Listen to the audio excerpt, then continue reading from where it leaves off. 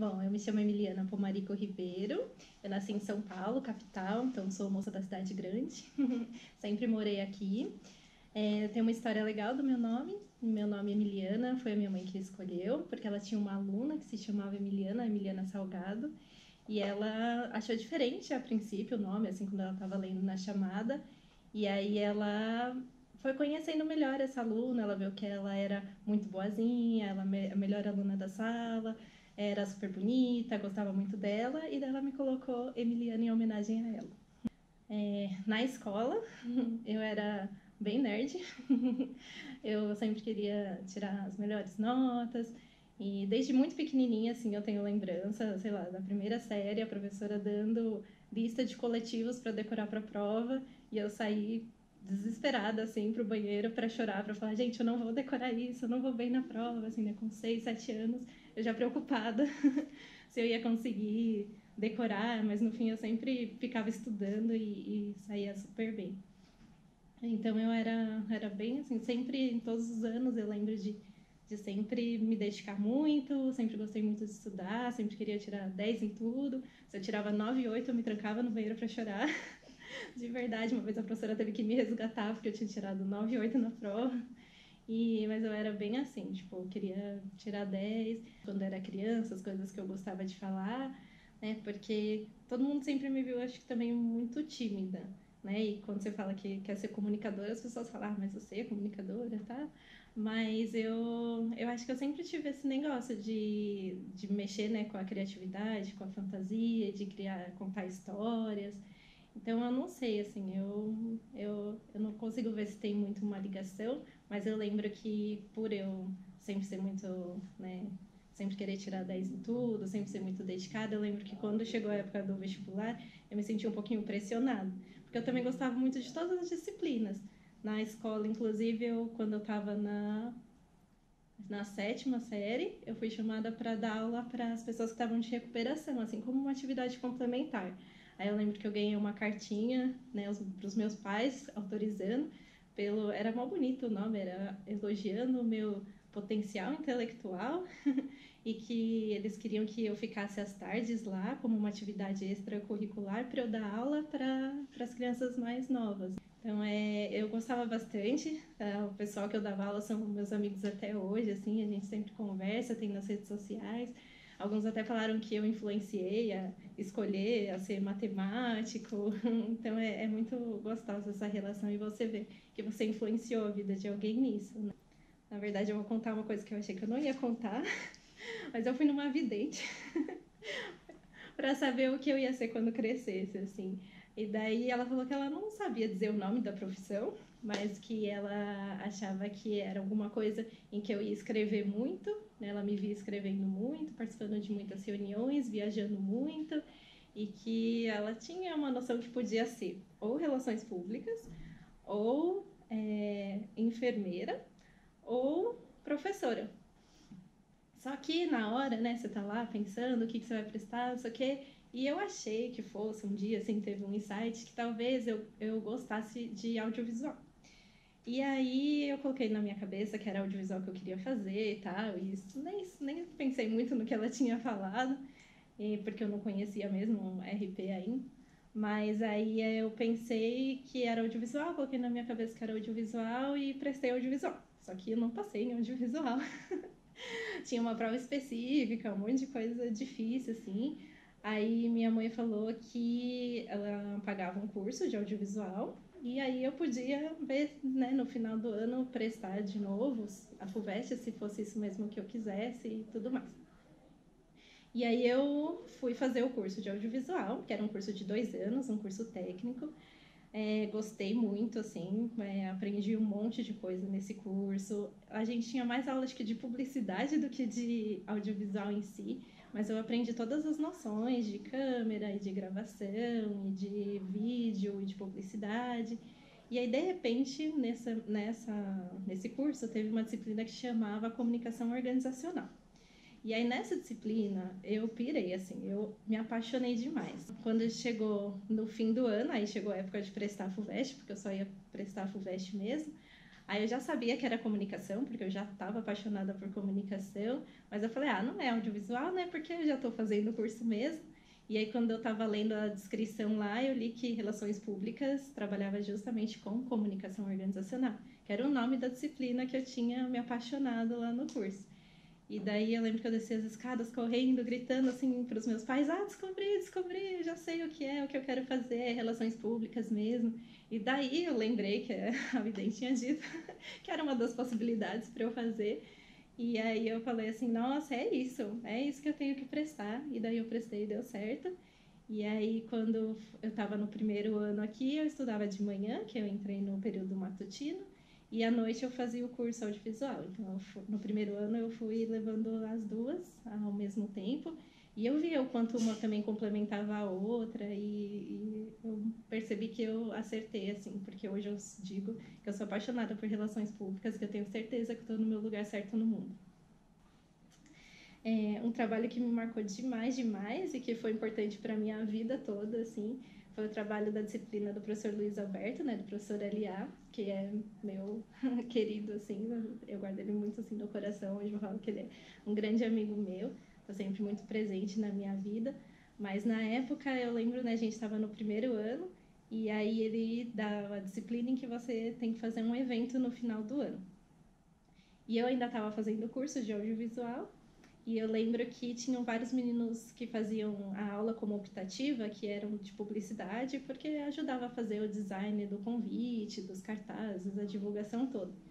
E aí, os meninos lá, um menino específico, ele queria que o evento fosse feito, todo o design com as malhas do metrô, né? Com os caminhos do metrô. E neste ano, especificamente, a ECA, né, Relações Públicas, estava fazendo 40 anos, né? A RP estava fazendo 40 anos. E aí na minha cabeça eu fiquei martelando assim, mas o que 40 anos tem a ver com o metrô, né? Tipo, como que a gente vai ligar isso? Tipo, e eu queria achar um conceito dentro da minha cabeça para fazer sentido. E aí de repente me veio um insight, aí eu levantei a mão e falei: Elia, eu tô fazendo um curso de audiovisual e eu acabei de pensar aqui, então pode ser que eu tente fazer um vídeo com um trenzinho, né, com o metrô, em que ele vai parando em várias estações, né, já que a gente vai usar as estações de metrô como identidade. E aí o trem vai parando em várias estações e vai contando as histórias das relações públicas.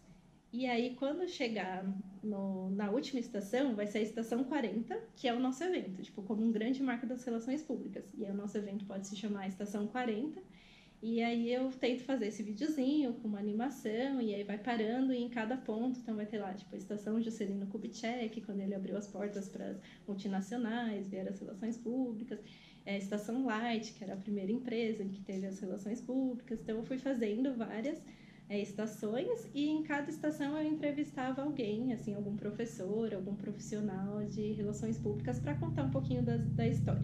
No meu segundo ano de RP, estava eu andando pelos corredores aqui da ECA, aí o Paulo me vê no corredor e me puxa pelo braço e fala: você é a menina do vídeo. Aí eu: que vídeo? Aí ele falou: do evento do LA. Aí eu falei: era eu. Aí ele falou assim: então, eu queria te contratar. Aí ele falou que queria me contratar tanto aqui para ajudar ele no Memórias Decanas, que ele já tinha isso, ele já tinha esse projeto, e também para ajudar lá na Berge a desenvolver a área mesmo de audiovisual, que, né, a Berge é a Associação Brasileira de Comunicação Empresarial, na qual ele é o diretor-presidente. E aí que eu conheci, né, o Paulo, a Berge e o Memórias Decanas. Bom, daí o Paulo tinha me chamado então para ajudar ele, tanto no Memórias Decanas, para começar também a trabalhar como estagiária lá na Berge. E aí o Memórias Decanas foi legal porque eu estava no meu segundo ano e eu fiz como se fosse uma monitoria para o pessoal do terceiro ano de RP. E o que mais me emociona, assim, o que mais me atrai é isso, né? Essa comunicação que é capaz de trazer uma identificação, uma emoção. E aí lá no TCC eu já pensei em trabalhar mesmo com Memórias Decanas, e aí a gente já tinha vários vídeos gravados até o momento, e eu fiz meio que uma análise de conteúdo, vendo o que aparecia de similar, e era bem puxando mesmo, assim, qual era a ligação afetiva que todo mundo que dava o depoimento tinha em relação à ECA e o quanto que isso ia construindo uma imagem em relação à ECA, né? E aí o meu trabalho do TCC então foi muito focado no Memórias Ecanas e nas narrativas que eram contadas aqui nesse projeto. Hoje a minha relação com a ECA é total afetiva. Eu amo estar aqui, passar nesses corredores, me vem sempre muitas memórias, né? Que são 11 anos de ECA sendo aluna e dando aulas também aqui, sempre ajudando o professor Paulo Nassar nas aulas. Então, quando eu venho para cá, eu não sei, nem sei dizer assim, porque realmente é algo que me deixa muito feliz, me deixa muito satisfeita e estar em contato com os alunos. Ao todo foram 11 anos de ECA, então eu fui 11 anos aluna aqui da ECA, terminei agora há pouco, né, que eu defendi o doutorado e sempre estudando as narrativas, mas foi uma evolução bem grande, que aí no mestrado eu já queria entender um pouquinho se isso existia no ambiente das organizações, e aí eu fui estudando muito a questão do storytelling, mas sempre focando no que eu chamei de micronarrativas afetivas. E aí micronarrativa no sentido de ser uma narrativa individual, única, né, de cada pessoa que conta e que narra a sua história, o seu ponto de vista, os seus sonhos, as suas ambições, né, os seus desejos e a sua visão mesmo em relação à organização e principalmente analisando, né, os afetos que circulam no ambiente e o que isso traz de identificação às outras pessoas. E no doutorado eu continuei esses estudos, mas muito focado no que a gente começou a chamar de novas narrativas. E aí eu acredito muito que essas novas narrativas elas têm que estar ligadas à afetividade, né? Porque quando eu penso em afeto, eu estou pensando que comunicação é uma coisa muito rara. O que é comunicar? É você conseguir, através de uma mensagem, através de uma narrativa, transformar alguém. Então, comunicar é transformar. E eu acho que a palavra afeto, né, afetar, significa transformar. Então, você só consegue comunicar de fato se você afetar. Então, uma comunicação afetiva é aquela que realmente transforma, é aquela que realmente você consegue lá no meio desse monte de informação que a gente recebe, que a gente é bombardeado o tempo todo, que a gente sofre de déficit de informação. Nesse meio de um monte de informação, como que você vai chamar a atenção dessa pessoa de uma maneira em que ela vai parar tudo que ela está vivendo e pensando e sofrendo, né? Que eu também falo muito das dores do século XXI. Então, como que você vai conseguir chegar nessa pessoa e afetá-la, né? No meio de tanta coisa que ela está recebendo o tempo todo. E aí eu acho que você consegue afetar também pelo afeto, né? Pela afetividade, pelas emoções, pelos sentimentos. Então tá muito ligado a isso, a comunicação não violenta, a empatia, a pensar no mundo novo, no mundo em que a colaboração é algo que realmente vai fazer a diferença. Então é mais ou menos isso os meus estudos, tentando resumir quase 11 anos de estudo em poucos minutos, é mais ou menos isso, assim, que eu acredito muito nessa comunicação mais afetiva. E aí eu entrei no dia 8 de outubro de 2008. Isso significa que hoje, no dia que a gente está fazendo essa gravação, hoje é meu aniversário de 11 anos de Aberge, então é bem especial também a data. E também hoje, 8 de outubro, é o aniversário da Aberge, é o dia da comunicação empresarial. Hoje a Aberge está fazendo 52 anos, então tem essa data especial também. Bom, e aí nesses 11 anos eu consigo ver o quanto que eu tive de evolução e crescimento, o quanto que tanto a ECA quanto a ABERT me trouxeram de oportunidades, assim, para a vida. Eu lembro que eu nunca tinha viajado de avião, eu nunca nem viajava nas férias, né? Eu sempre ficava estudando em casa, até o mestrado, inclusive, assim, eu sempre tirava férias para ficar estudando. E, de repente, no mestrado, eu me vi tendo que apresentar em congressos, né, os papers que a gente vai escrevendo e vai construindo conhecimento. E eu lembro quanto que eu me dediquei para estudar outras línguas, para aprender, né, principalmente o inglês. E aí, de repente, eu estava na Eslovênia apresentando um trabalho, meu primeiro trabalho em inglês, num lugar lindo. Foi muito emocionante, assim, que eu realmente conseguia estar em outro país e levar minhas ideias, né? E me comunicar e conhecer culturas novas. E aí, depois da Eslovênia, eu apresentei 2 vezes nos Estados Unidos, na Flórida, apresentei em Portugal. E eu vi, assim, que de repente eu tive a oportunidade de conhecer o mundo, né? De viajar, e aí o bichinho da viagem me picou. E aí, depois do doutorado, todas as férias que eu tirei foram para viajar e conhecer novas culturas, e isso também acrescenta muito, né? E aí, obviamente, eu fui em muitas férias também, aproveitei para participar de congressos e apresentar os trabalhos, mas sempre indo para outros lugares também, junto, aproveitando a viagem.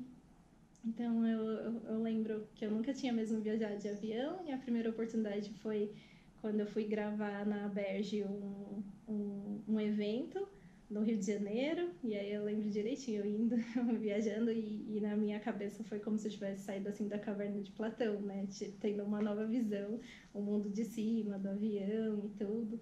E depois disso, tipo, a Berge me deu muitas oportunidades também de viajar para participar de todos de organizar e participar também, né, de congressos e atividades de comunicação. Então, o Brasil todo, assim, né, eu não conhecia nada, e de repente hoje eu conheço todas as regiões do Brasil, e pude ir para fora e ter esse conhecimento todo, essa vivência toda, assim. Então, eu sou muito agradecida à ECA, à Berge, ao Paulo, porque, nossa, eu realmente me transformei muito nesses últimos anos, assim.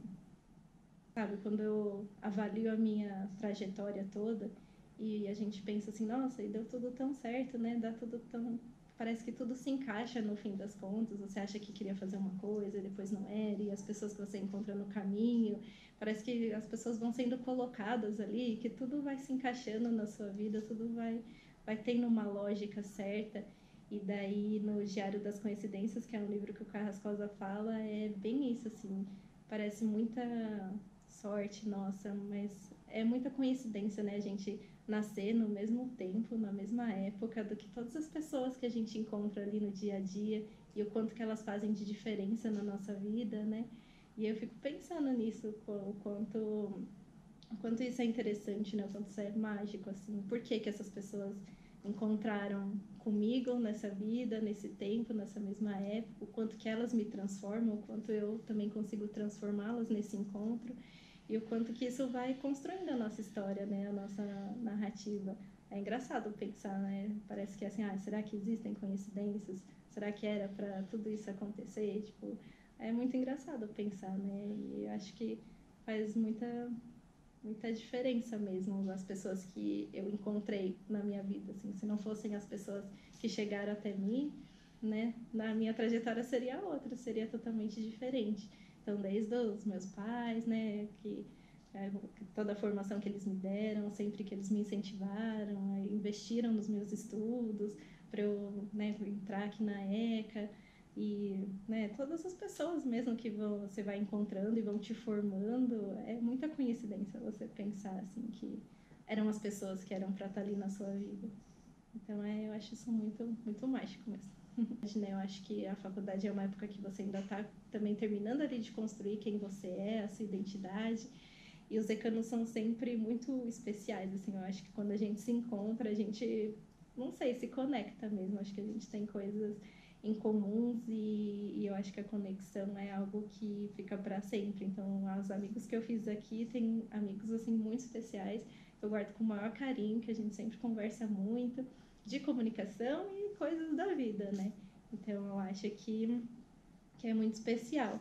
E eu vou até ousar dizer que eu tenho uma pessoa que é, tipo, minha pessoa favorita no universo, que é um moicano, e que eu brinco até que a gente talvez vá conseguir ser, tipo, contra a cultura, porque se nesse mundo que a gente vive tantas relações que são efêmeras, né, que são superficiais e rápidas, a gente, sendo contra a cultura, a gente pretende ficar velhinho junto e ainda ter muita vivência, muita aventura, e eu acho que é isso, assim, os decanos são muito especiais, e que sorte a minha e coincidência também encontrar alguém que eu posso falar, assim, que é minha pessoa favorita no universo. Bom, para o futuro, eu acho que o meu maior sonho agora é ter minha própria família, porque falam que, né, para você ter uma vida bem vivida é você plantar uma árvore, escrever um livro, ter um filho. Eu já plantei uma árvore, que é minha jabuticabeira, que foi inclusive no comecinho da ECA, então ela também tem aí seus 11 anos, ela já dá várias jabuticabas, é minha fruta favorita. Então eu já tenho minha árvore plantada, que eu espero que fique aí por gerações e gerações. Um livro, eu escrevi uma tese de doutorado, então eu acho que está valendo, mas eu ainda quero publicar ele. E agora eu acho que só falta isso, eu acho que falta construir minha própria família, ter filhos, é meu maior sonho agora, ser mãe. Então eu acho que, acho que assim, para escolher assim, um sonho de futuro, eu acho que falta isso.